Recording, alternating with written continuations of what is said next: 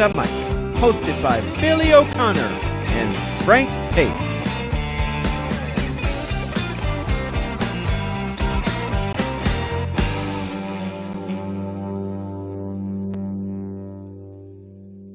My brother, how are you today, pal? How Good. you doing? How they hanging? Good. How they hanging? They're hanging the same way I left them. It's Saturday, October 10th. We have a great show today. We're going to be talking a little Frank Sinatra. We're going to be talking a little Don Rickles. Before we get to our guest, Tony Oppedisano, known as Tony O, I want to ask you a little about your experience in the saloon business, because Frank and Don were the ultimate saloon performers. And Sinatra definitely, without a doubt, the ultimate saloon singer. Him and Tony Bennett. And Holy shit. Anthony Benedino, is that it? Anthony Benedino. Anthony Benedino, right? Yes. Tony Bennett and Sinatra were the ultimate saloon singers. My saloon was a totally different thing altogether. I was around in the 70s, early 70s. We did hardcore rock and roll, bust out joint. You know, when I first opened the joint, we built this beautiful joint, you know, and the big joint in Queens on Flushing. And I wanted to do jazz. I said, let's get the kids out. We'll do a nice, soft jazz club, you know, be nice, you know, keep the elderly people in. So my partner says, yeah, great idea. So we throw all this money into the club, and the first couple of nights we're there, all these people come in, they listen to jazz. Well, guess what? When people listen to jazz, they smoke a joint, they take a glass of wine, and they sip on the wine like this, and they listen to jazz, right? And then meanwhile, we're keeping all these kids out, and they're lined up to get in. And I said, look, screw the jazz. Let's go rock and roll or Irish music, anything. Let's get them drinking. We'll charge $5 a head at the door, and we'll bust the place out. We'll put 200 or 300 people in, and we'll be selling space. So that's what I started doing. But then, of course, when you got 300 or 400 kids coming into your place every night, you got a security problem. You got to make sure you got plenty of bounces. So it was costing me $500 or $600 a night for bounces. I said, screw this. I got the biggest. I got smart. I had Buffalo, who was the biggest guy. I mean, he was my main man. I used to pay him. And I just pick out all the big, gentle giants I see that used to come into the place, and I give them free Poets Staff shirts, right? So it cost me Poets Staff. So it looked like I had an army of guys working for me. Of course, the guys always wanted to wear the shirt because they figured they get laid because they got their Poets Staff, right? So I had all these big guys walking around with Poets Staff, you know? And then it only cost me the one bouncer. So I cut the tab on that. That's great. So how much money were you making in your heyday? Oh, I guess in the heyday I was making, you know, back then, which was 79, 80. I was probably making about $4,000 a week, which was big money for a fireman. I was only getting paid $350 every 2 weeks as a fireman. So you're making $4,000 a week? Yeah, about $4,000 a week. And how much would you spend gambling? Forget about it. You know, the Romans have a great saying. The Romans say, those whom the gods would destroy, they make successful young. I couldn't even handle holding the bar. I mean, I was putting it up my nose. I had to cook a lot of girls. It was like, forget about it. I mean, you know, I was a mess. I was worse gambling, you know. But, yeah, but I had a lot of fun. I mean, I had a lot of fun. Speaking about a lot of fun, today we're going to have a lot of fun. Oh, man, I can't wait. You know, to me, Tony O #1 is going to be a big kick for me. And I got a million questions I want to ask him because I'm a huge Sinatra fan, always have been, and Rickles, of course. You know, I was a comic, a half-assed comic. So our guest today is Tony Oppedisano, which will be the last time I mention his last name because he's always been Tony O to me.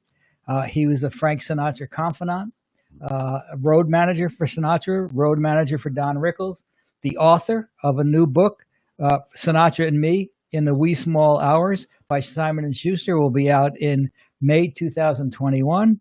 Welcome, Tony O. Thank you. Thank you. Nice to be here. An honor for me. Pleasure's mine. So you want to start? You have so many questions? Yeah, I got.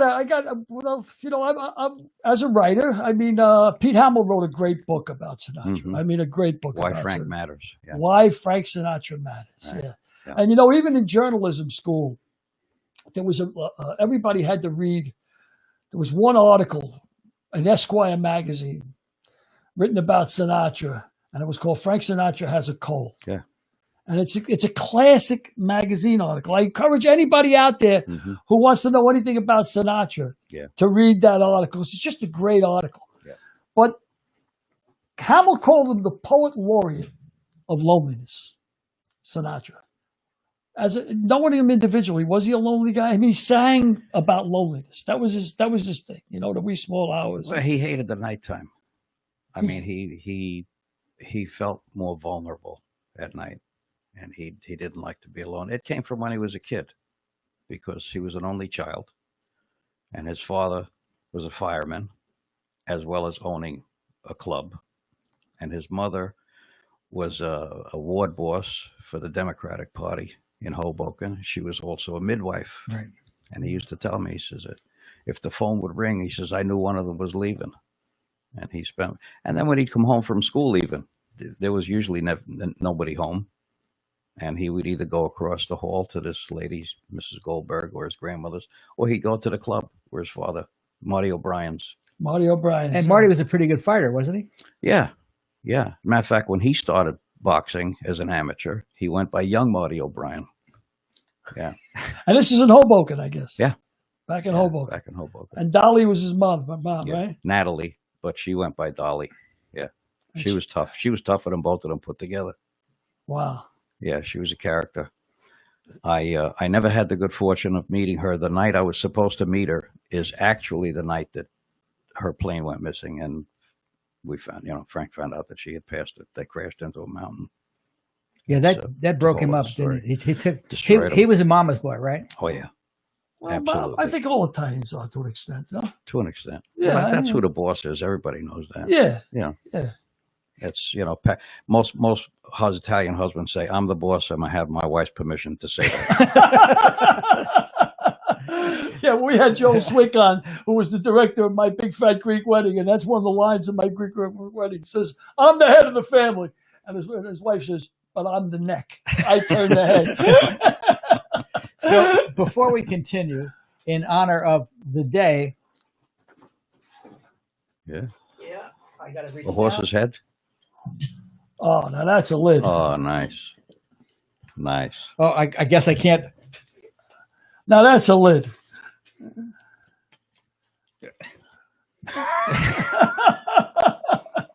Tilt it a little. You look like a priest. Hey, nice. Does that work? Yeah. Do I look a little bit like him? No. No. You got eyes on either side of your nose, just like him. It's uncanny. I'm looking for a buck, Frank. I want to play a number in Brooklyn. Now we can continue. He breaks out the lid, huh? Marty O'Brien's, yeah. So, but it's interesting that Frank hated the nighttime. You say so? Well, that's, is that why he spent most of the time awake during the night? Yeah.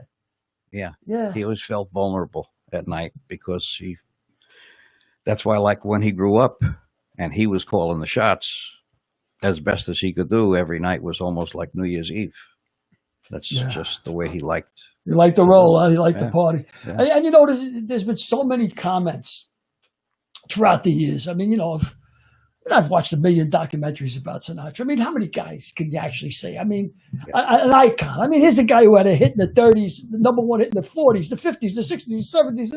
Who does that? Who has hits in 7 generations? It's crazy. 7 decades. 7 decades. It's crazy. And they even played this song on the moon. Yeah. They land on the moon. It's Fly Me to the Moon. They're playing it. I had the good pleasure of telling Alan Shepard a story about that because growing up in high school, I was already a fan of Sinatra and Basie and Ella Fitzgerald, and these guys are listening to Mick Jagger and all of that stuff. Sure. I says, come on, for Christ's sake, with that stuff. So when that happened, when they played that Fly Me to the Moon from the Moon, I went into school. The next time I was in school, I said, did you hear the Mick Jagger song from the... Put me in, coach. I don't smoke. I told Alan Shepard that story because he was a good friend of Frank's. I got to know him too. I says, you guys made me a hero in school.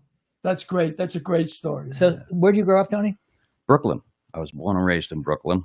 And we lived on a street called Eldridge Avenue, which is literally the last street in Brooklyn. Across the street was Queens, right down the block from Jamaica Avenue, Franklin K. Lane High School.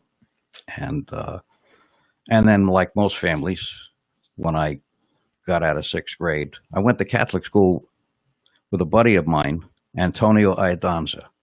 Who's known as? Tony Danza. Yeah.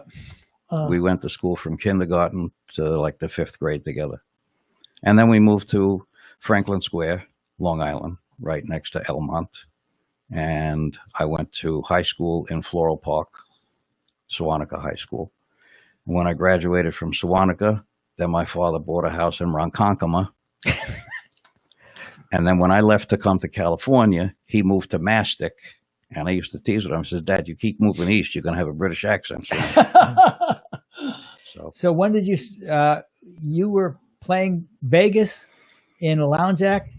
I was working. And Frank saw you there. How did it? No, that come I about? actually met Frank.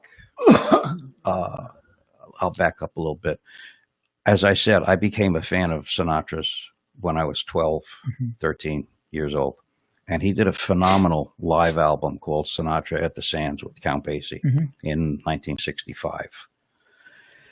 And on that album, he kept talking about Jillies and Jillies and Jillies and Jillies.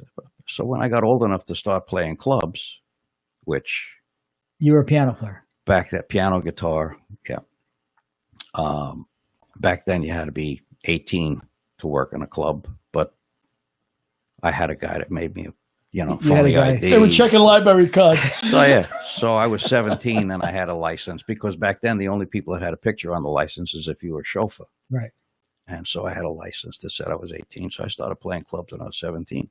As soon as I started going into the city, I got to check this place out. So I found Jilly's on 52nd Street, right next door to what then was the Alvin Theater. Now it's the Neil Simon Theater, the show that Cher's life story was playing right there. And I walked in, and I was always in a tuxedo because that's the way we worked back then. And Uncle Frank, who was Jilly's older brother, ran the club when Jilly was off on the road or doing something with Sinatra. And we hit it off because, believe it or not, I started smoking cigar. Back then you could smoke in a bar. And so I was smoking a cigar one day. And Uncle Frank says, geez, that smells good. What is it? I said, the punch. Why? I like this. So we hit it off. You're always in a tuxedo. What do you do? I said, well, I'm an entertainer. I'm a musician. I'm a singer. Really? So you gigging tonight? I said, yeah, that's why I'm in a tuxedo. He said, well, why don't you come back and sit in with the guys? I'd like to hear you. Wow. So later that night, I went back and I sat in. It went well. He said, I got to introduce you to my brother. Okay. So maybe 4 months later, Jilly was finally back in New York. And he lived upstairs. He had an apartment above the club. And Jilly, I don't know if you guys are aware, but Jilly also was an amateur boxer. And he had a detached retina. So one of his eyes looked this way. One was this way and the other one was that way. So he finally comes downstairs the night that I'm supposed to meet him. And the joint was packed, 3 deep at the bar. And he comes downstairs and Uncle Frank says, Jilly, come here. There's a guy who wants to see you, and I want to introduce you to that kid, Tony Oppedisano, I was telling you about. And so I have my back to the bar, and he's facing the bar, and there's another guy on the other side of him. And so he says, so how you doing? And I'm sipping my drink. And he says, you working, or what are you doing? What? And I still didn't say anything to him. So now he smacks me on the shoulder. He says, what are you, deaf or something? I'm talking to you. I says, Jilly, I knew you had a bad eye. I didn't know if you were talking to him or you were talking to me. I'm sorry. I like this kid. He said. So we hit it off, and then he heard me play, and he put me in a rotation. So I started working occasionally at the club, but I used to hang out in there plenty. And about maybe 9 months or so into me developing a relationship with Jilly, he says, I got to introduce you to the old man. I think you guys would hit it off. And Frank was just coming into his self-imposed retirement in the early 70s. So I literally met him on December 8th, 1972. I had just turned 21, and it was 4 days before his 57th birthday is when we met. And we were working, I was working at another club, and then I came over. Frank Jr. was working at the Rainbow Room, and he had flown in to see his kids' show.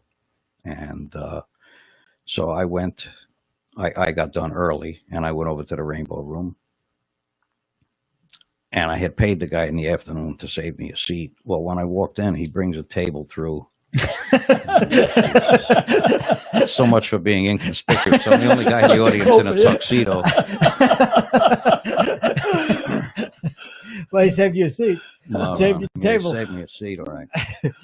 So, and it's funny because Frank Jr. is on stage, and Larry O'Brien, trombone player, was his band leader. I knew Larry from doing gigs out on Long Island. So I sit down, and it's like all of a sudden the focus is now on me.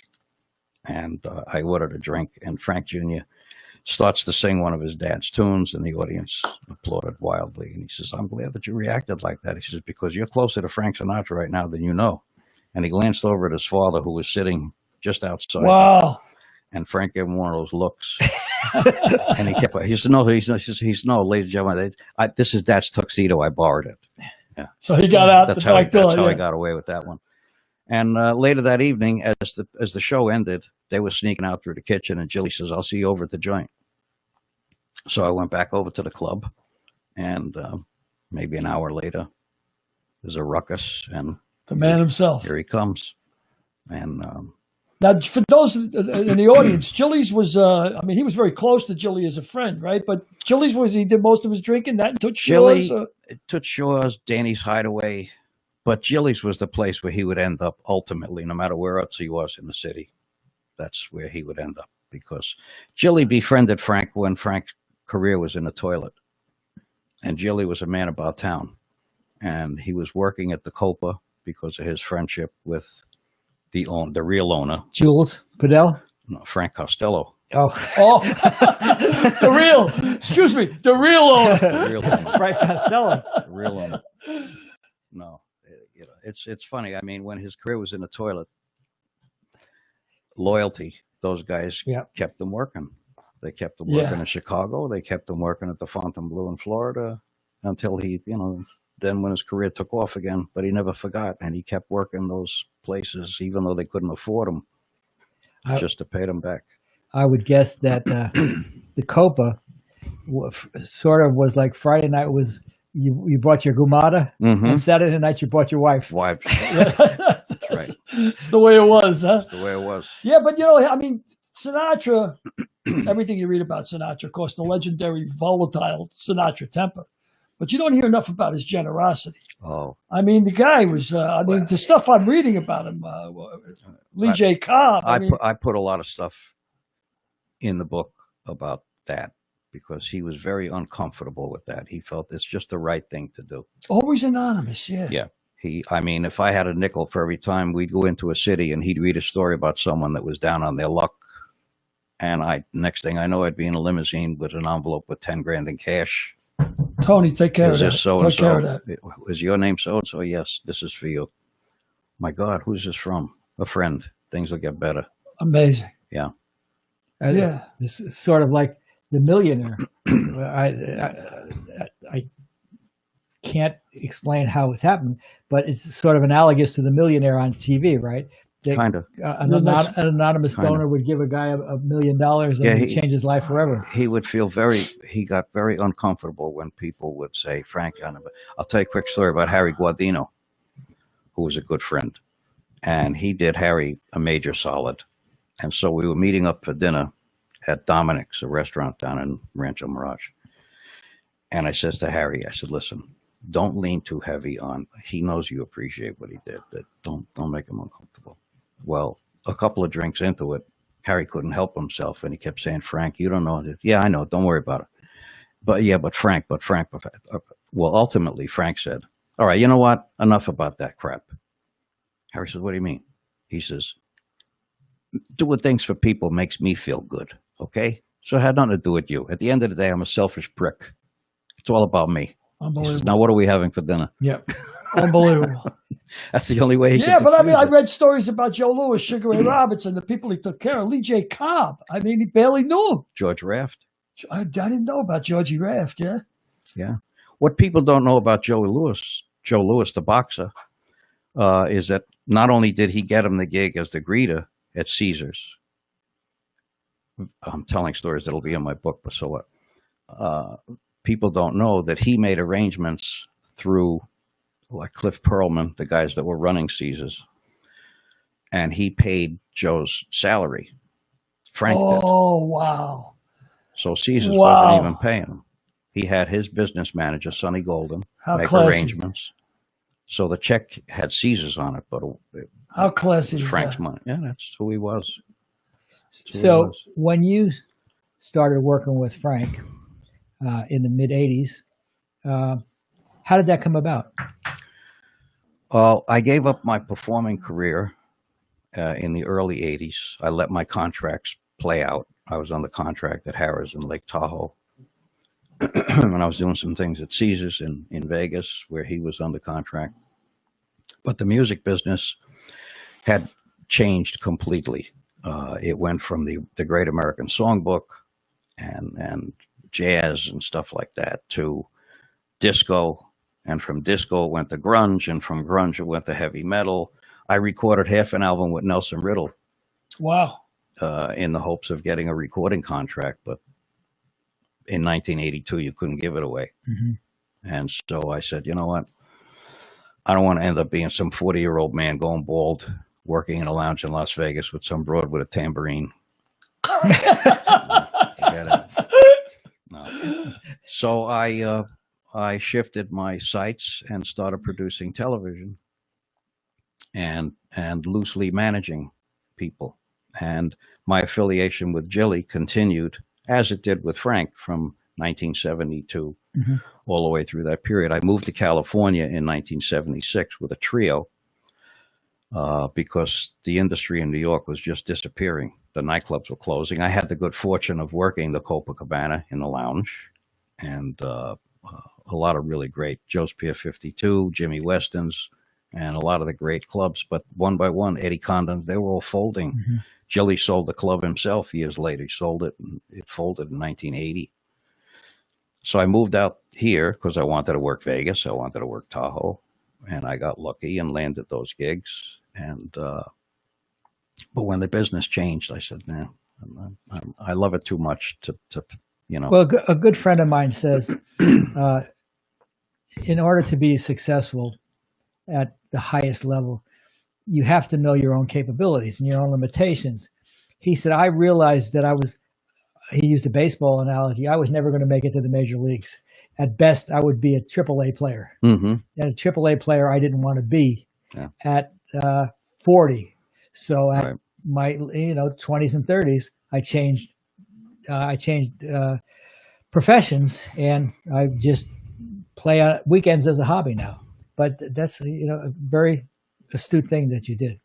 Well, I mean, actually, the reason Frank walked away, and we discussed this in later years, and it was part of what made us click, was that he wasn't sure that he was relevant to my generation.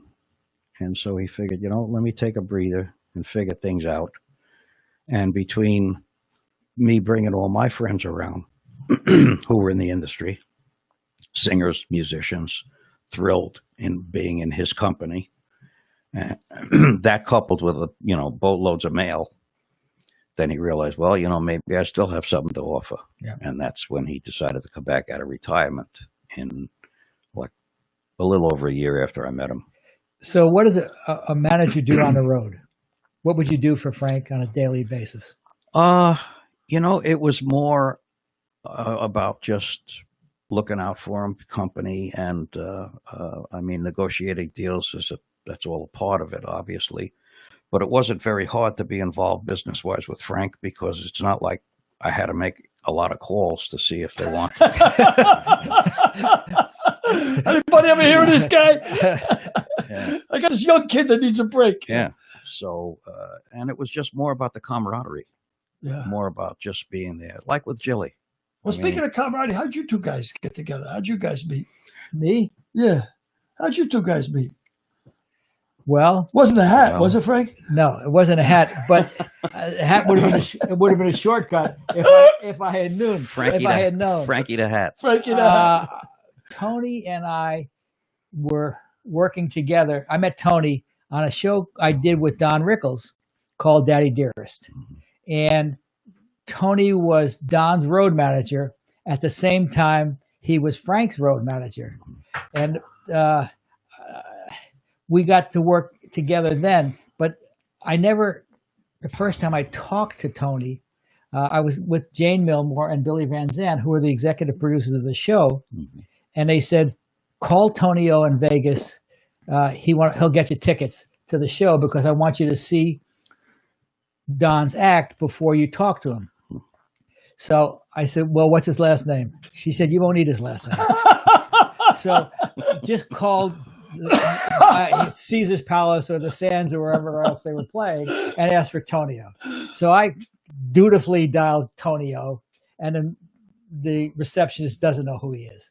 I said, you must know who he is. I was told to ask for Tonio.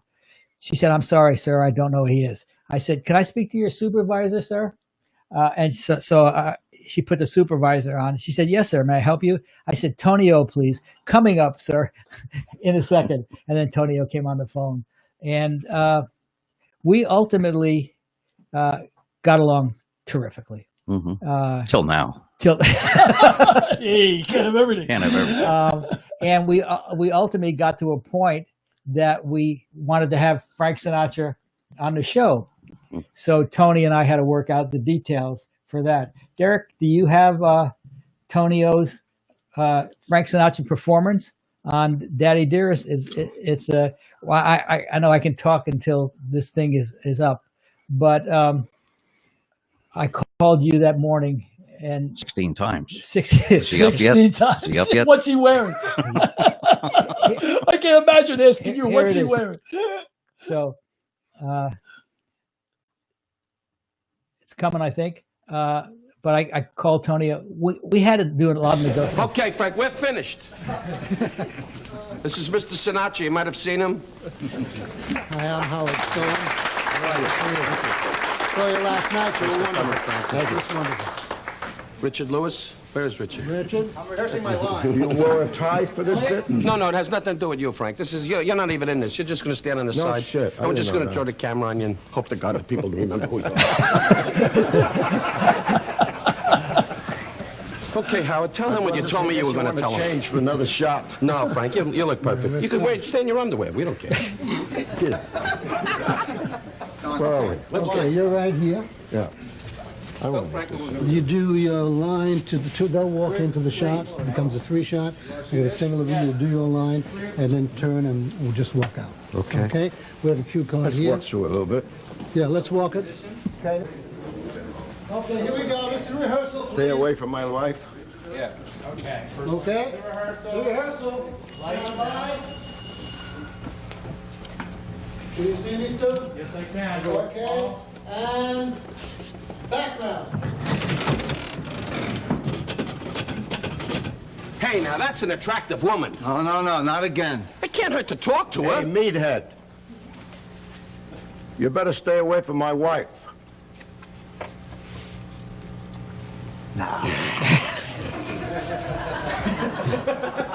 Jesus Christ, you're great. That's what we have to do. And if you'll just turn and exit right here. Okay, after stay away from my wife. Yeah. Okay, here we go. Jesus, what you do for your friends. All this hard work, all the time. We all set? Stand by and background. Hey, now that's an attractive woman. No, not again. It can't hurt to talk to her. Hey, meathead. Stay away from my wife.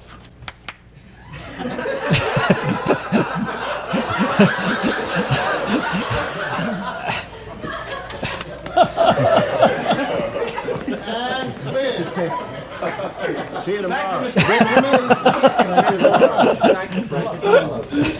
got it. Listen, if this doesn't stay in line, call me. I'll come back. We're going to take one picture. No, we can't take a Richard, picture. where are you?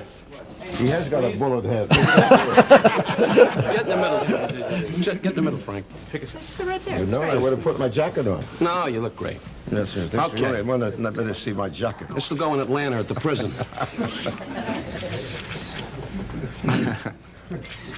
Hang on one second. Let's do the background. You making a movie, huh? Background, please, clear. It's a movie she's making.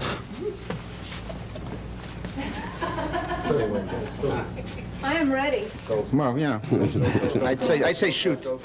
Shoot. I got it. Thank you. Thank you. Once again, Mr. Sinatra.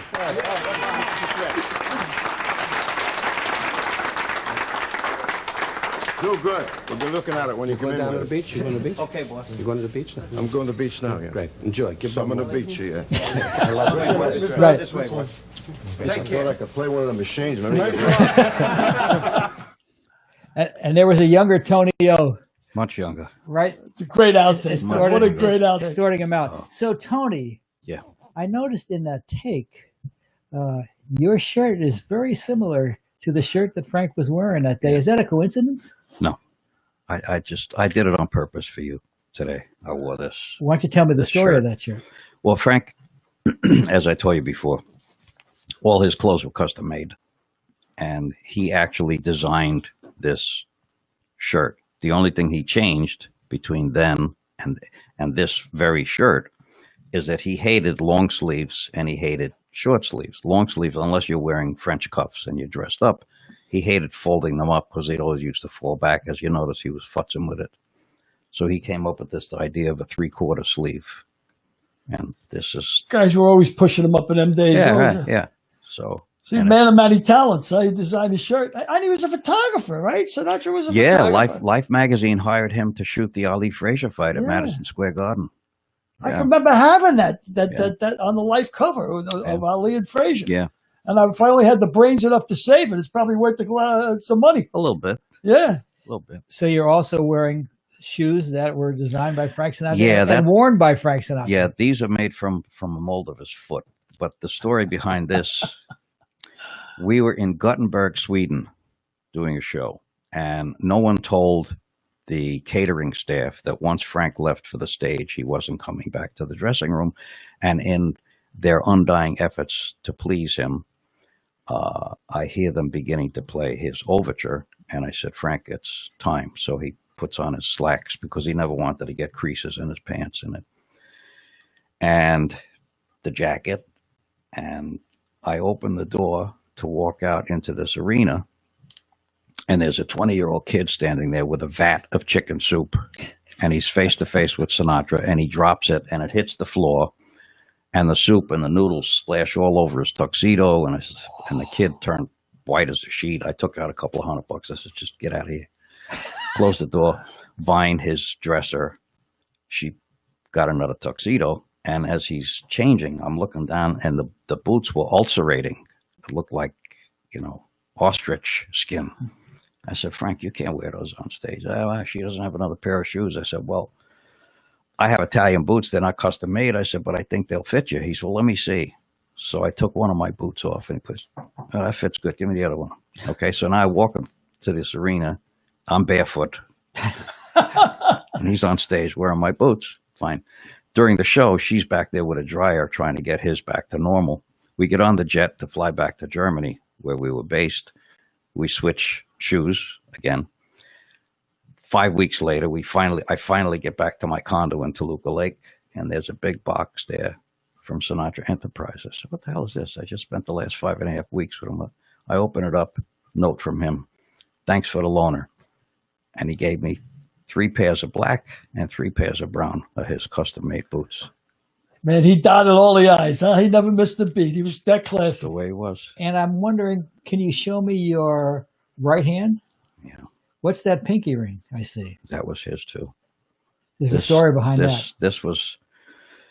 This is his family crest, and he used to wear this on his left hand from the mid-50s all the way up until when he married Barbara. Even though he was married to Mia, he didn't wear a wedding ring. But so when he married Barbara in 76, he took this ring off and he wore a wedding band, but he broke his hand doing Manchurian Candidate. and his hand was like that, literally, for the rest of his life. And so this ring wouldn't fit over his calcified pinky.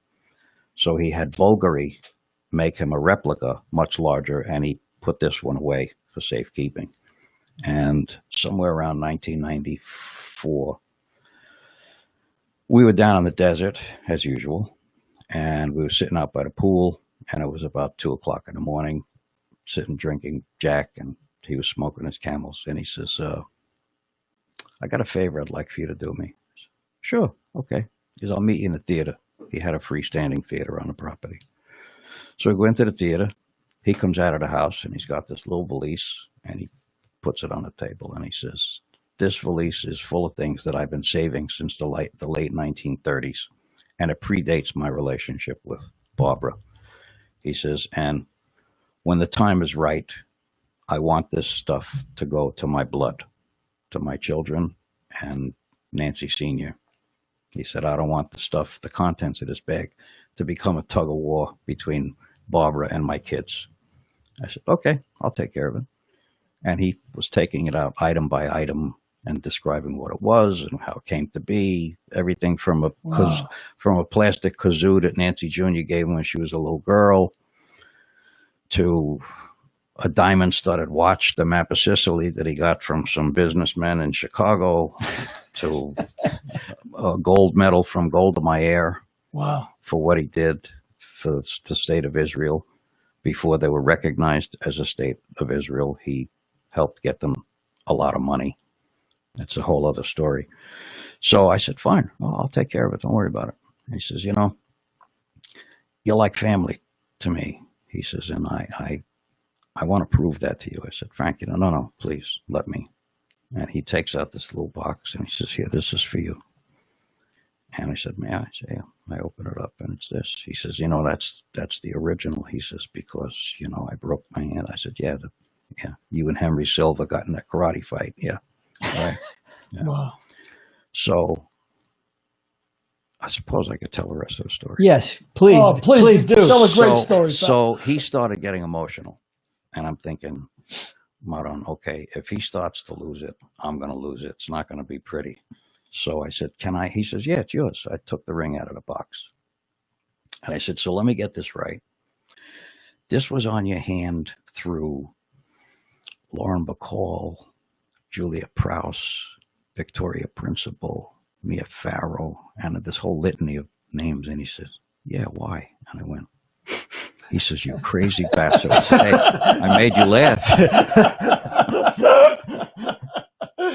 Hey, regard to the whole works. Now, the payoff, which I don't think I ever told you, about 3 days later, I finally went back to my condo in Toluca Lake. And I got a safe deposit box for that stuff, and I put it away. And I go to check my mail. Another package from this one, though, was addressed from the house down in Rancho Mirage. And I'm saying, like, what the hell is that? I just left them. What the hell is this? And I open it up, and there's a note. Tony, this is for you. There's no discussion. Love, Frank. And he lamented that I gave up my performing career too, because he actually was a fan of my singing and my musicianship. So I open it up, and it's a gold record. And I'm thinking, he's still trying to prove to me that he appreciates this little favor that I'm doing for him.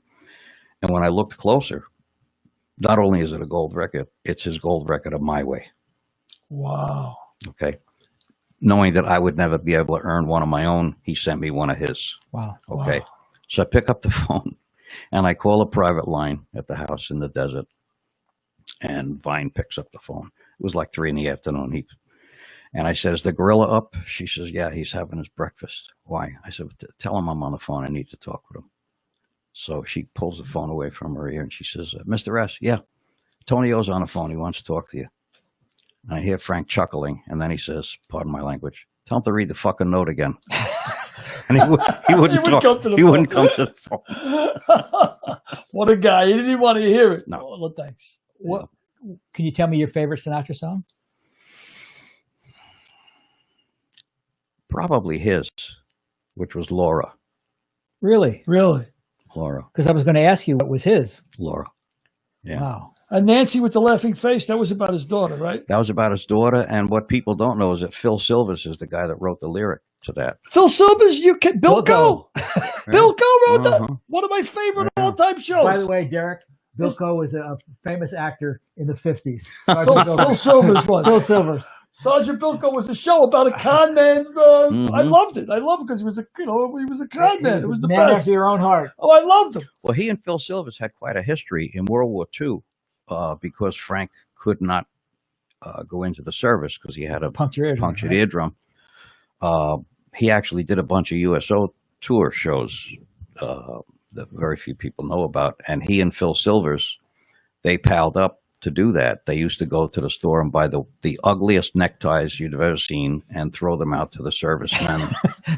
Yeah. And they would wear it just because they got it from Frank Sinatra and Phil Silvers. Exactly. I had read that he wanted to go to Korea as well, and they gave him some high horse shit about being a security risk or something.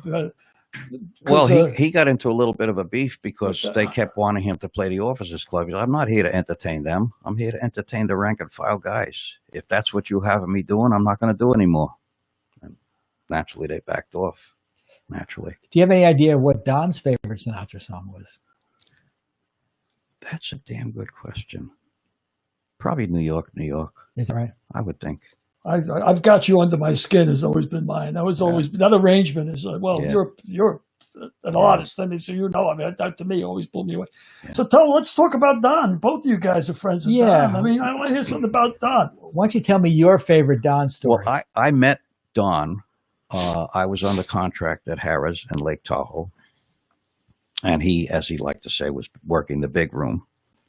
The big room? Yeah. You even got his look. You got that's even Rickles' look. With this young new group called Sister Sledge. Right. And that year he also had a young Patti LaBelle opening for him. And on my night off, I went in to see the show. I was sitting at the entertainer's table. And Holmes Hendrickson, who ran Harrah's, in Don's show, towards the end of the show, he used to ask his conductor, he'd hand him a piece of paper, and he'd introduce different people in the audience. And I guess they asked him to introduce me because I was under contract there, and I was there 4 months out of the year, and so they were trying to help me too. And he's looking down, he says, Tony, and we have a guy in the audience tonight. Tony Oppedisano. What the hell? Where the hell are you? Oppedisano. And he says, stand up. Where are you? And I stood up. I said, I'm right here, Mr. Rickles. How do you pronounce that name? I said, it's Oppedisano. He says, is that Italian? I said, Sicilian. And he dropped the microphone. And the band used to do the same thing. And he'd turn around and say, Simon Says, and they put their hands down. And he says, so I detect an accent. Where are you from? I said, Brooklyn. He goes, So after the show, I went back to talk with him a little bit. And at that point, Frank and I had been friends by way of Jilly for 8 years. And again, we immediately clicked. And we stayed friends all through that period of time up until Sinatra was under contract at the Desert Inn. And it was going to be his 77th birthday. This is December 1992. Okay. And I said to Frank, so who do you want to have on the show with you? And I mentioned a comedian's name, I will not mention. And Frank said, if I want polite laughter, I'll hire Mort Saul. He said, I want someone that's going to create some tumult. He says, I got an idea. He says, how about Bullethead? Bullethead. And I said, well, if I think he's under contract at the Golden Nugget. I said, well, let me look. And he says, well, you asked me who I wanted. I told you, you do it. I said, okay.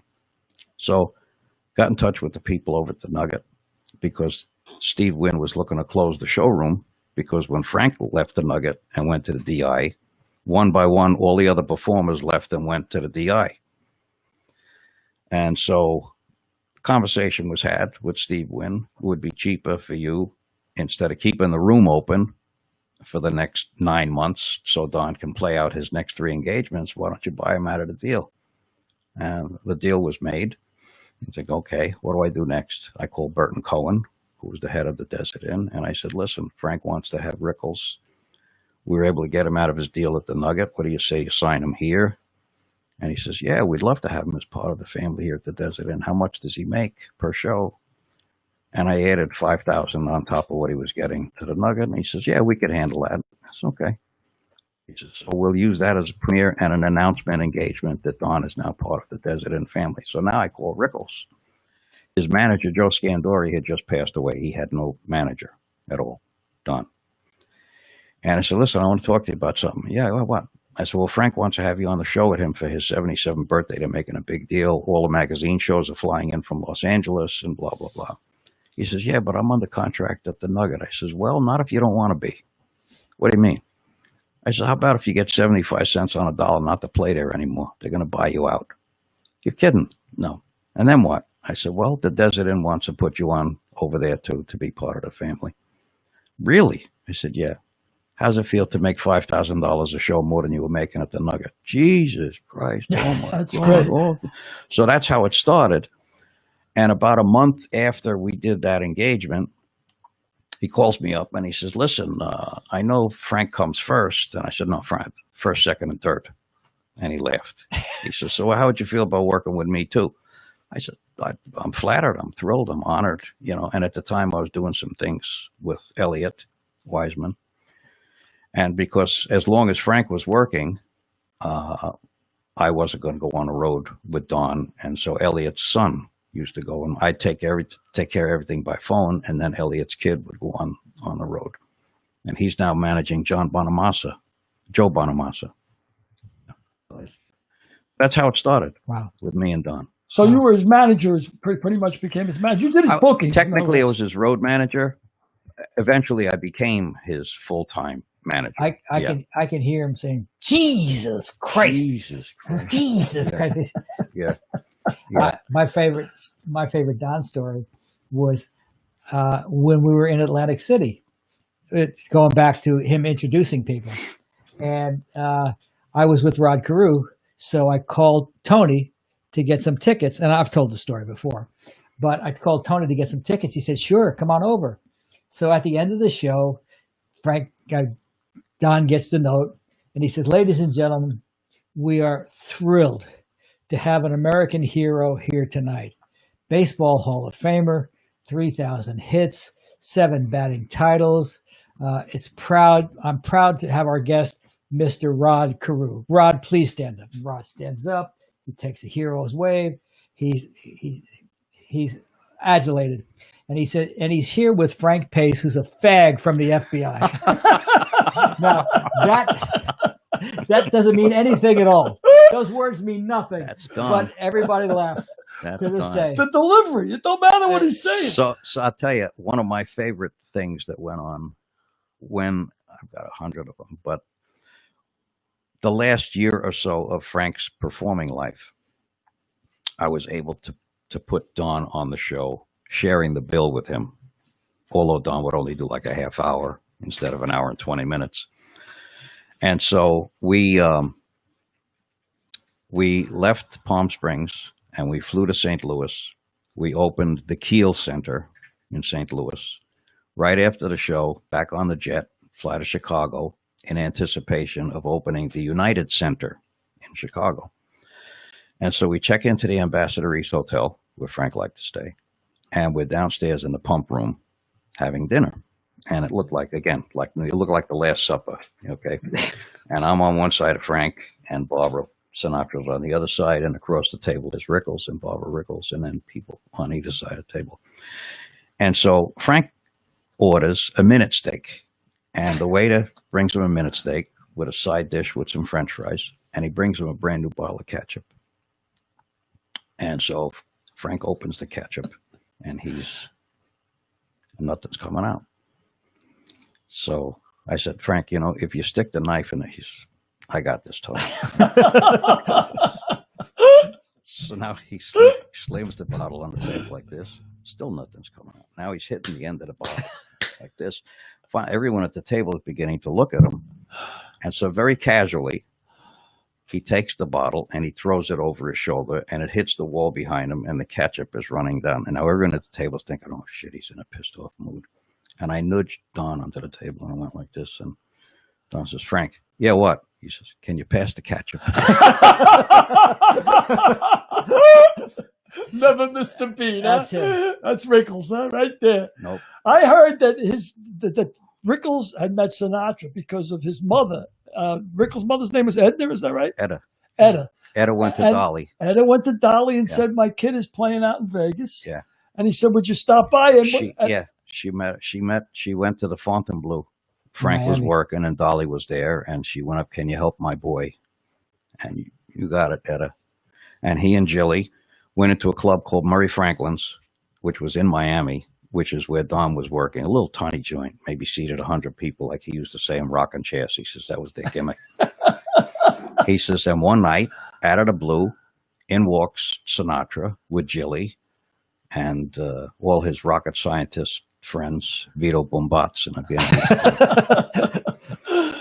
Rickles did typical Rickles, and he said, "Oh my God, ladies and gentlemen, look who's here!" And the people turned and they look, and Rickles says, "Frank, be yourself. Stand up and hit somebody." What a great line! That's just a great line. And Frank laughed, and everybody else laughed. You hope Frank laughs. Yeah, that's what Rickles used to say. Because otherwise, I'd be in a hook in New Jersey. But one of my personal stories about Don, and you know this story, I actually was privileged to be the, for lack of another term, the MC at Don's memorial service in 2017 when he passed. And Don used to say that laughter is the best disinfectant to even the most sensitive problems. And that was his attitude. That was his point of view. By the way, Frank, Don, for all of his acerbiqueness on stage, was the nicest man He was. I've ever met. To quote Sinatra, Rickles was a bar of chocolate. Yeah. Wow. And he used to do a thing with Frank. Frank would start teasing with him, and he never knew whether Frank was pissed off or just breaking his chops. And Rickles had this phrase that sometimes he'd have to say it 14 times to get Frank to finally start to laugh. Frank would say, "God damn it. Oh, God bless you, Frank. You stupid son. Oh, God bless you, Frank." Ultimately, Frank would start to laugh. Yeah, I said in the book that Don Rickles is maybe the only man that I met that never made an enemy. No. Everybody loved Don. Absolutely. Everybody loved Don. Absolutely. We'd walk through kitchens and people would run to say hello. Yeah.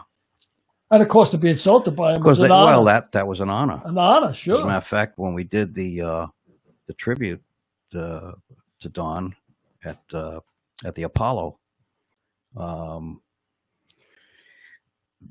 there were a lot of people that came. Johnny Depp, I introduced Johnny Depp to Rickles at Sinatra's 80th birthday show at the Shrine Auditorium. And so now we're at the Apollo doing this honoring Rickles. And he says, we met backstage at the Shrine Auditorium on Sinatra's 80th birthday. He says, and I was absolutely crushed. He said, because Don was very nice and polite to me. And I think, oh my God, he hates me. He must think I'm a terrible actor. So he says, I went to therapy. So later on in the evening, Depp goes out and he's sitting in the house. And ultimately, as always, the show ends up with Rickles doing what he did. And he looked over and he says, so-and-so is here and so-and-so is here. And he's doing bits. And he says, and Johnny Depp is here. He says, and thank God he decided to wear some real clothes instead of that stupid pirate crap. And the camera turns over to Depp and he goes. So anyway, you tell that story about being a master of ceremonies at Don's. So we were on our way. I had him working, sharing the bill with Joan Rivers at the convention center in Atlantic City. And in 1992, after Jilly got killed in a car crash, I had a lot of pressure on me. I'm the one who had to break the news to Frank and settle his estate, and I ended up with Bell's palsy. And thankfully, within a week, it went away. So now, cut to, this is around 2010, and we're flying. I'm on a plane with Rickles to go to Atlantic City, and I'm feeling this twitching on the side of my face. I said, oh, no, not again. Jesus Christ. I didn't say anything to him. So we get to the hotel. I get him settled. The next day, I wake up, and it's in full bloom. I don't know if you've ever seen someone with Bell's palsy. it's like your face is made out of wax and you got a little too close to a flame, and it's just like this. Yeah. So I go to the venue and I put the show together, rehearse the band, rehearse all the bits. Everything's great. I go back, change, knock on the hotel room door, and Don opens the door and I'm standing there like this. Not a word about me.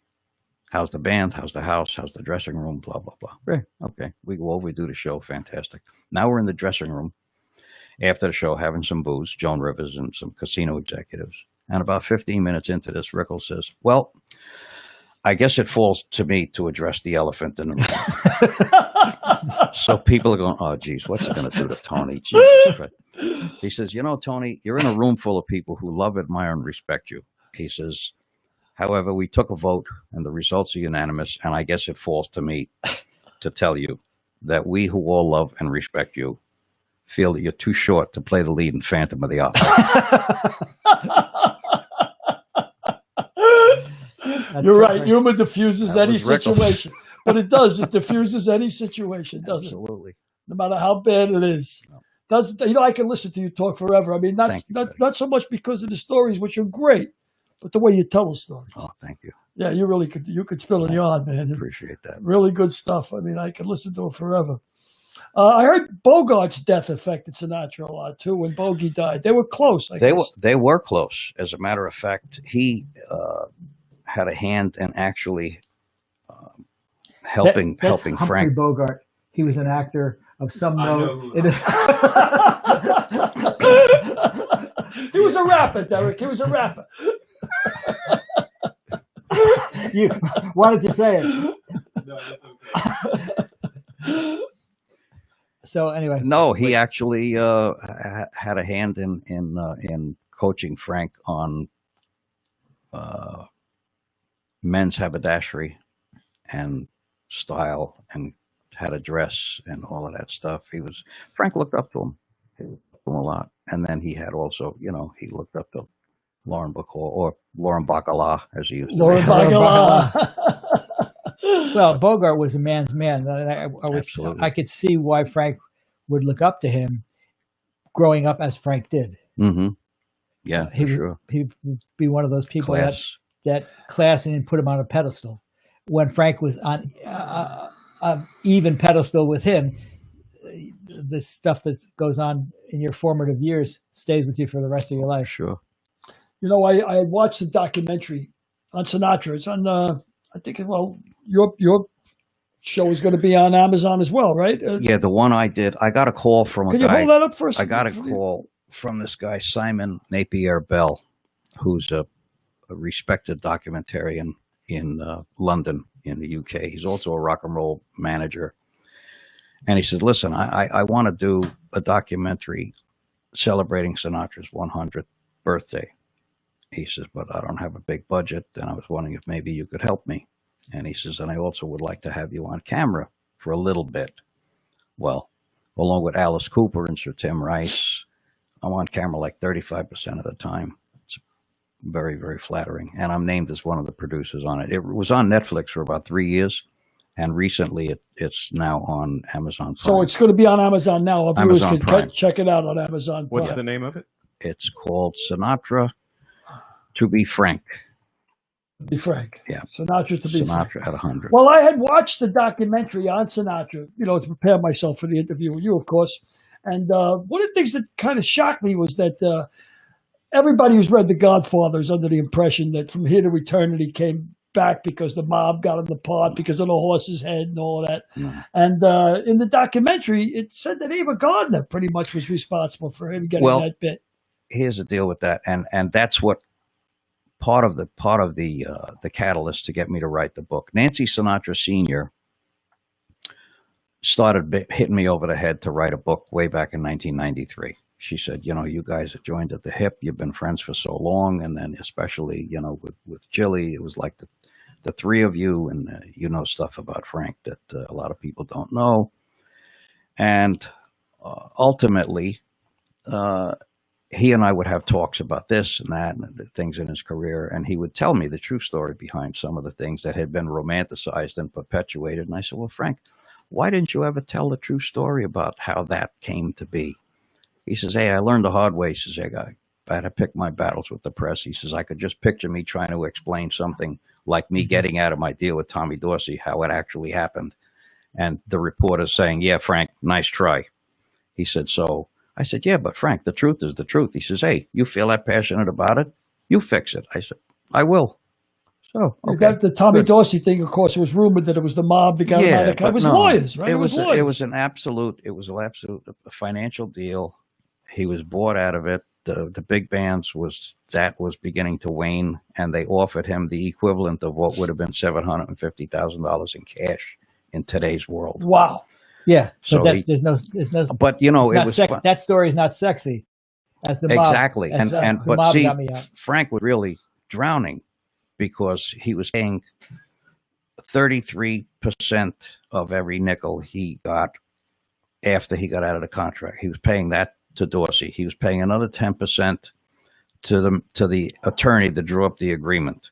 He was paying another 20% to his new manager at the time. And then he was in debt to the IRS. He was literally paying out 93 cents on a dollar. And he was living on 7 cents on a dollar. He had a wife and 2 kids. That's better than Billy, because Billy was earning $1, and he was trying to spend $2. They had Frank by the Cajones. Me, when they bury me, they're going to bury me ass up so they can screw me into death, just as they did every day of my life. That's how they're going to get me, Frank. Ass up in the air. Here lies Billy O'Connor. Yeah, take a poke. The line forms to the left. So one of my favorite things about Daddy Dearest was after every show, we would meet in Don's dressing room, and we would polish up, me, Tony, and Don would polish up a bottle of vodka, and we would have pigs in a blanket. Oh yeah. If Barbara wasn't around, if Barbara wasn't around, she didn't allow Don to eat pigs in a blanket. But Don fucking loved those pigs in a blanket. He would gobble them up, and every night he would say, "Where's Barbara? Is Barbara coming?" He says, "Well, Barbara went home." He goes, "All right, I love her to death, but I love my pigs in a blanket." So Tony O, get the pigs. Go get them. He says, "Yeah, she's home. She's home, sitting up in our master bedroom with the jewelry, signaling ships." Said, and we live 30 miles from the beach. So it was amazing. She didn't care if he drank vodka as long as he didn't eat the pigs in the blanket. As long as he didn't eat the pigs in the blanket. And he and Newhart were going on a cruise, and Don had she made him give up vodka, so he stopped drinking for a while. So they had to load non-alcoholic beer onto the cruise vessel for Don. That didn't last very long. Well, you know what happened? One night at the Desert Inn, they discovered that they thought Don might have diabetes. And so we were about to go to the Desert Inn. This is after Frank passed. And Don calls me up and he said, "I got a real problem." I said, "What's the matter?" He says, "Well, the doctors think I may have diabetes. And when I come back Monday after the gig in Vegas," he said, "they got to do a bunch of tests." And I says, "Oh, well, that's not a problem." He says, "No, the problem is," he says, "they don't want me to have any booze up there. None at all." I mean, he used to have 2 drinks in the dressing room. He'd have another drink in the wings. Harry, God rest his soul, used to come out on stage and bring him another drink. And then after the show, he'd have a drink. Then he'd take a shower. And then we'd go have dinner. Then we have dinner and drinks. Yeah. So I said, "Well, yeah, we'll work it out. Don't worry about it." So I got him drinking, like you were saying. I got him O'Doul's. So now he's doing the show first night. And there's a spot in the show after he used to do the Yankee Doodle Dandy bit. He would do James Cagney and he'd run off into the wings. And I'd be waiting there for him with a towel. And he runs off into the wings and he collapses in my arms. And he goes, "Oh, Tony, Jesus Christ, help me." I said, "What's the matter, Don?" He says, "I haven't heard my act in 20 years. I stink." That's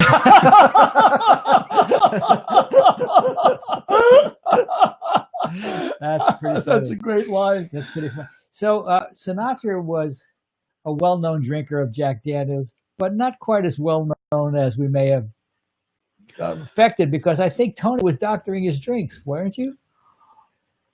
not doctoring them. I would choreograph them. See, like I used to do with Don on talk shows. I would have the stage manager bring me a cup, and I would fill it with ice and water, and then float the booze on the top and tell them, don't shake it.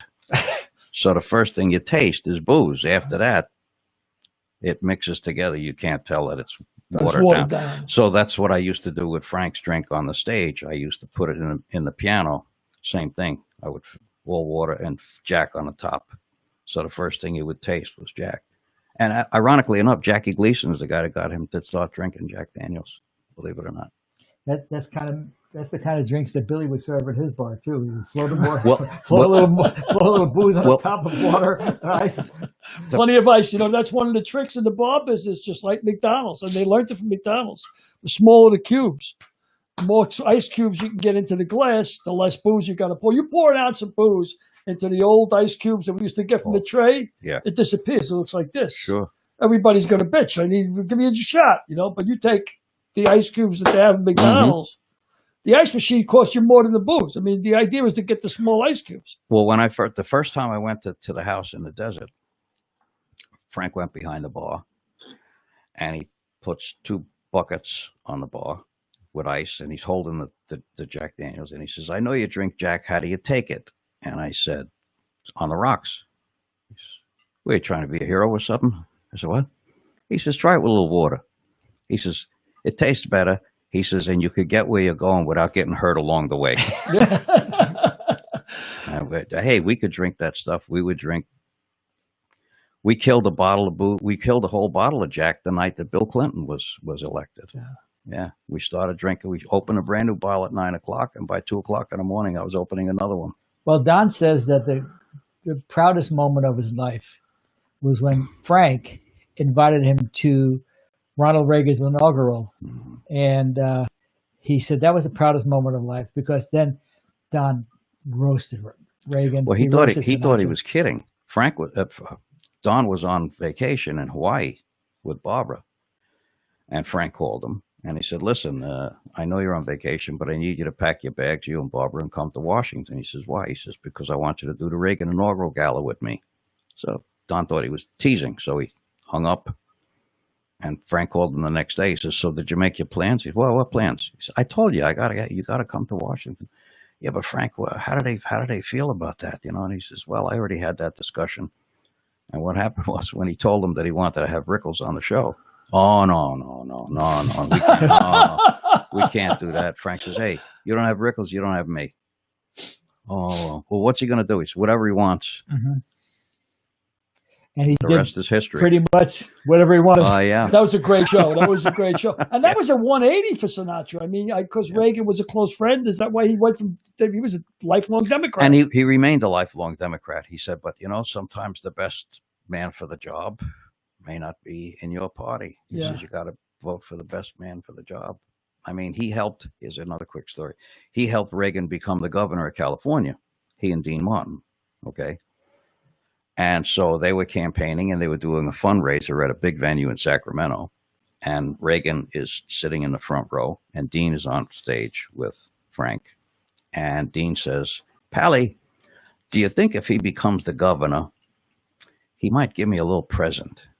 And Frank said, well, what present? What the hell are you talking about? He said, something they ain't using anymore. He says, like what? He says, Alcatraz. Alcatraz? He says, yeah, Pally, it's something I've always wanted, a house on the rocks with water on the side. and of course, Dean Martin wasn't nearly the drinker that they played him out. He was a big golfer. No, right? he used to drink Martinelli's apple juice most of the time. Is that right? On television. Yeah, it wasn't until after his son passed that he started drinking solid. But yeah, his son, when I was in the World Football League in 1974, his son was a wide receiver. Really? And his son came into camp, and he was doing pretty well the first couple of days. The third day, they put on the pads, and the fourth day, I was driving him to the airport because when they put on the pads, they start hitting. So when he was driving to the airport, I said, Dean, you think that your dad would come do the national anthem for us? He said, my dad doesn't get off the couch for anything. But Well, the Arabs have a terrible, terrible curse, and it doesn't sound that bad when you first hear it. It said, "May you outlive your children," It is and a it terrible doesn't curse. sound that bad until you think about it. And you talk about Dean Martin, and the same thing happened to Don. Right? Yeah. Don Yeah, Yeah. Larry. lost his son. Yeah, Larry died. and Larry was the sweetest, six years before Don. sweetest guy has ever lived. Also, like he didn't fall far from the tree. No. And my parents went through the same thing. My sister was killed in a car crash It's at an age, awful. And age did mine. 23. My parents did. My brother passed away. Yeah, at my 23. brother passed away too young, and he was a deep sea diver, and he died in a fire. And here I was a fireman in New York, and I said, with the irony of God, I'll probably drown sometime. That's probably going to be my end. But I mean, it is the worst thing that could happen to a parent, and every parent's nightmare. Yeah. So why do you think Frank still matters? Because he was real.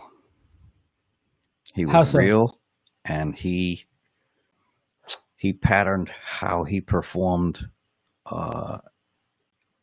after basically almost being an actor. He said you have to approach every lyric as though it were a script. He says you're telling a story, and you have to find something like actors do within yourself that you can attach to that lyric. And so he's believable. And, he used to tease about there's an album that he did called Only the Lonely. And the album cover itself won a Grammy. It's Frank, like a half a face of Pagliacci as a clown. Mm-hmm. And he used to say that album should be available by prescription only. But he says you sit there and you listen to the trouble this guy is going through, and you figure, hey, if we hung our problems out on a clothesline 99 times, I'll pick mine back after listening to this. Yeah. So, Tony, we're getting short on time. Why don't you tell me and Billy one more funny Sinatra story and one more funny Rickles story? Jeez, that's a beauty. You call me flat-footed. You come from the poet laureate of loneliness to tell me a funny story. Yeah. Well, I'll tell you a story about Frank that again involves Dean. The very last time we had dinner together was at Da Vinci's in Beverly Hills, which is not even there anymore. It's closed. So it was Sinatra and myself and Dean and his manager, Mort Viner. And at this point in time, Dean was a little bit frail. He's still very with it, but he spoke very softly, and he fell into that habit like a lot of older people do. What'd you say? Excuse me. And Frank was wearing a hearing aid at this point. If he chose to wear it, you couldn't tell him. This particular night, he had the hearing aid in. And so we're sitting there, and Dean would start to tell a story. And 15 minutes later, Frank would finish the story. And then 20 minutes later, Frank would start to tell the same story, and Dean would finish the story. But all through this, Dean kept saying, "What'd you say, Pally? What would you say?" And it was beginning to annoy Frank. So he said, "For crying out loud, why don't you go to a doctor?" I said, "Get a hearing aid." For crying out loud, that's ridiculous. What'd you say? So Frank leaned across the table, and he grabbed Dean by the shirt, and he took his hearing aid out, and he stuck it in Dean's ear. And he turned it up so the point was beginning to squeal. So Mort leaned over and turned it down a little bit. Frank waited a long minute and very quietly said, "Now, isn't that better?" And Dean says, "Who the hell are you yelling at?" That's a great story. Two constant performance. Two of the best ever. Two of the best ever. Well, Tony, thanks so much. Unless Billy's got some more questions. The only thing I got is nothing but praise, man. I had a ball. We've done a lot of these now, Pleasure was mine. over a dozen, and I had Thank you. ball. I can listen to you forever. And I'm going to be enthralled and waiting to see the book. I want to see the book, and I want to see that documentary as well. Thank you. Appreciate it. With that, we'll say good night to Tony. It's a pleasure having you. Thank you for asking. You're always a close friend. Always will been. be. And always will be. You're stuck with me. All right, good. Thank God. Thank you, Frank. Thank you, Billy. Thank you, Tony. Thank you, very much. Derek. Appreciate it. So, Derek, now Pleasure. we have to. We have one other piece of business. Our picks. Oh, you're going to skewer me for my two losses last week, huh? I wasn't going to mention it. Far be it from me to mention that you had 2 picks last week. And they both went in the toilet. But you're still 3 out of 5. Yeah, I know. But so here's the deal. You're hitting 60%. Of course, me putting no time into it whatsoever. I'm 67% because even though I lost last week, that freaking Nick Fowles, he's lost 1 fucking game, and he had to lose the week I picked him. So let's get to our picks. Who you like this week? And I'm going to bet you did not give Derek his list. No, I did not give Derek his list. You're absolutely right. But I can pull up a list quickly. No, just pick one out. Well, I know my game. Yeah. Okay, well, so look, I'm 3-2. But wait a second. I got an explanation here. I said from the jump, nobody beats the bookies. Yeah. 10% is 10%. So that's it. So that's why you were wrong? That's why you picked the loser? Hey, my loser was, it looked good. But it's not like grenades. It's not like grenades. They don't pay you for being close. Yeah. It's not like that. But this week, I like, as you notice, I only pick underdogs, right? So I've had 5 underdogs, 3-2. This week, I like the Rams. I like the Rams. They're a 7.5-point underdog. And I'm sorry, the Rams are a 7.5-point favorite. I like the dog. I like the Washington Redskins at home. I can't see why the line went down. It opened at 7.5, went down to 7. That don't make any sense to me. So I'm going to go with the bookies, and I'm going to take the Washington Redskins +7. Okay. So now Derek or Billy or somebody's got to give me a game. Well, I have the games. I don't have the. Well, just pick one. Texans and the Jaguars. Texans and the Jaguars. Okay. Where are they playing, and what's the point spread? Texas is 1, I think. Okay, Texas is 1. Whatever it is, I'm going to take the Texans and the points. You're going to give the point. I think it's Texas -1, right? Yeah, I think I'm told off the top of my head, Oh, okay. I can't. Okay, I think they're playing in Jacksonville. Texans just fired Bill O'Brien. They got a new coach. They're going to like him. -1. Texas -1. Yeah, I'm going to take the Texans -1. So you know twice as much about this as me. You know the coach's name. You know everything. I don't pay any attention to it. I just look at the numbers. That's all I know. And apparently we both know the same thing because we're the same. No. You know less than me because you're all right. You're trailing me. But I got to tell you, I thought last week's game, the Miami game over Seattle was the game went from 7 all the way down to 6.5. I said, you know what? I said, this is rehearsed. This is going to fall just the way it's. When they pull within 2, with about 4 minutes to go, I said, Miami's within 2, and then Seattle went right down. So they're up 9. I said, look at this. This is perfect. I said, what they're going to do is they're going to kick a field goal because they need 2 scores, and they're going to win by 6, and everybody's going to get screwed by the hook, which I've been screwed by 1,000,000 times. So I thought it was. And when they bury you upside down, you get screwed by the hook again. Screwed again, just like I have every day of my life. My partner. So with that, thanks for bringing Tony O on today. I tell you, he was the best. Man. It was great. It was great. So next week, our guest will be Molly Ann Brasigliano. The do you know anybody Irish? You don't know anybody Irish? What is it? The queen of sports collectibles. Wow. So this is a world I know nothing about. I understand it's like $1 billion industry. It's a $1 billion industry. She's a great lady. She's put a lot of money in Rod's pocket. She will continue to put a lot of money in Rod's pocket. That's one of the reasons she's doing the show. Well, she's a very interesting. 10% is 10%. She's a very interesting person, and she'll be a great guest. Well, it's a whole new world for me. I don't know anything about collectibles, Yeah, it'll be great. Yeah. So cool. I hope to see you next week, right side up. Yeah. Because if you're upside down, you're going to come by and put a poke in there, or you're just going to let it go? I know you're taking it in the yes. All right. Thank you very much for tuning in. It's a Mick, a Mook, and a Mike. You guys are the best. Wait. What? Do we want to do a presidential poll and have Derek put up who you're going to vote for, Trump or Biden? No, we're not going to get political. Not going to get political. I thought. You mean on the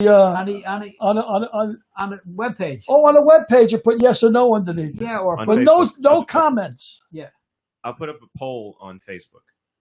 But just put Y or N. No comments because they'll be deleted. We don't want to hear the story.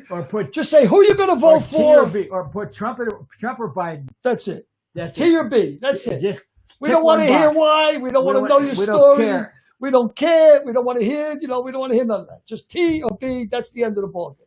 Okay, and that's the end of this ball game. Good night, folks. Good night, folks. Say good night wherever you are. What's that? Mrs. Calabash.